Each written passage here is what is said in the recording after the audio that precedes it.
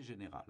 Si vous voulez, pour reprendre l'image pittoresque du mollusque universel, là dont je parlais au début, eh bien avec la topologie, il ne s'agit plus de savoir si le mollusque universel possède des bosses ou des creux, c'est-à-dire de la courbure, mais de savoir s'il s'agit d'un escargot, d'une limace ou d'un calmar.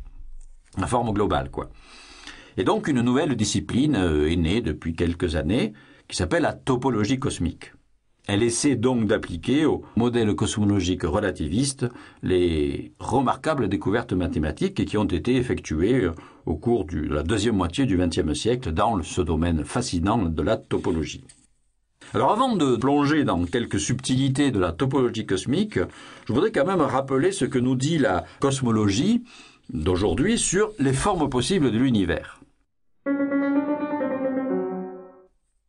Alors cette cosmologie, la cosmologie moderne, qu'est-ce qu'elle fait? Eh bien, en fait, elle cherche des solutions des équations de la relativité générale qui sont susceptibles de décrire la structure de l'univers à grande échelle, tout en étant évidemment compatibles avec les observations astronomiques. Alors les cosmologues négligent les irrégularités de la distribution de matière, comme les étoiles, les galaxies, les amas de galaxies, un peu de la même façon que le géographe néglige en première approximation les irrégularités de la surface terrestre, les montagnes, les vallées, etc. Donc on suppose que l'univers a, grosso modo, partout les mêmes propriétés. Et dans ces conditions, on peut facilement deviner que si l'espace est courbé par une distribution uniforme de matière, eh bien sa courbure va elle-même être uniforme, c'est-à-dire constante d'un point à l'autre de l'espace. Alors cela dit, évidemment, cette courbure, elle peut varier au cours du temps. Alors les modèles d'univers qui ont une courbure spatiale constante, mais qui varie au cours du temps, eh bien ils ont été découverts dans les années 1920 par Alexandre Friedmann et Georges Lemaître. Ça fait partie des très très grandes découvertes du XXe siècle, toutes catégories confondues. Alors pour simplifier, on les appelle en fait les modèles de Big Bang, là, les fameux modèles de Big Bang. Et ces modèles se caractérisent par finalement deux propriétés essentielles. La courbure, je le répète, donc elle est constante dans l'espace, mais il faut préciser après le signe et la valeur, et ce qu'on appelle leur dynamique, c'est-à-dire la façon dont ils évoluent au cours du temps.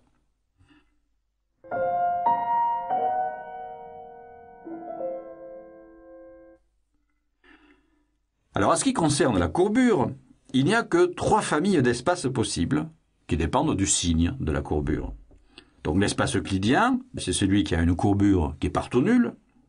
Alors on connaît bien les propriétés de l'espace euclidien, c'est celles qu'on apprend à l'école.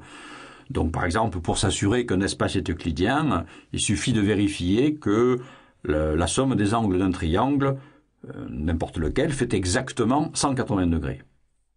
Ce qui revient au même d'ailleurs de vérifier la validité du fameux théorème de Pythagore qu'on apprend sur les bancs de l'école. Alors une deuxième possibilité, c'est l'espace sphérique. Alors lui, il a une courbure constante qui est positive. Ça se traduit par le fait que la somme des angles d'un triangle, cette fois, est toujours supérieure à 180 degrés. Et enfin, le troisième cas de figure, c'est l'espace hyperbolique, qui a une courbure négative, et la somme des angles d'un triangle est toujours inférieure à 180 degrés. Alors qu'est-ce que c'est qu'un espace hyperbolique? C'est pas facile à visualiser, simplement à deux dimensions. On peut, par exemple, considérer que l'intérieur d'une selle de cheval, eh bien, c'est un espace à courbure négative. Si vous essayez, par exemple, de tracer un triangle à l'intérieur d'une selle de cheval, évidemment, les droites vont être incurvées et la somme des angles d'un triangle, vous en apercevez, est inférieure à 180 degrés, ce qui caractérise bien donc un espace de courbure négative. Alors ce qui est intéressant dans cette affaire, c'est que la relativité générale indique comment évaluer la courbure de l'espace. En effet, sa valeur dépend de la densité moyenne d'énergie qui est contenue dans l'univers.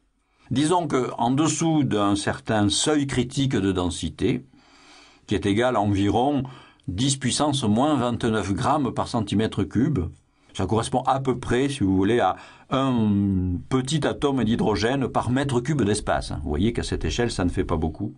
Donc en dessous de ce seuil, en fait, l'espace est hyperbolique. Et au-dessus, il est sphérique. Et en fait, ce n'est qu'à la frontière exacte que l'espace serait euclidien. Alors par commodité, les cosmologistes utilisent ce qu'ils appellent le paramètre de densité, qui est en fait tout simplement le rapport entre la vraie densité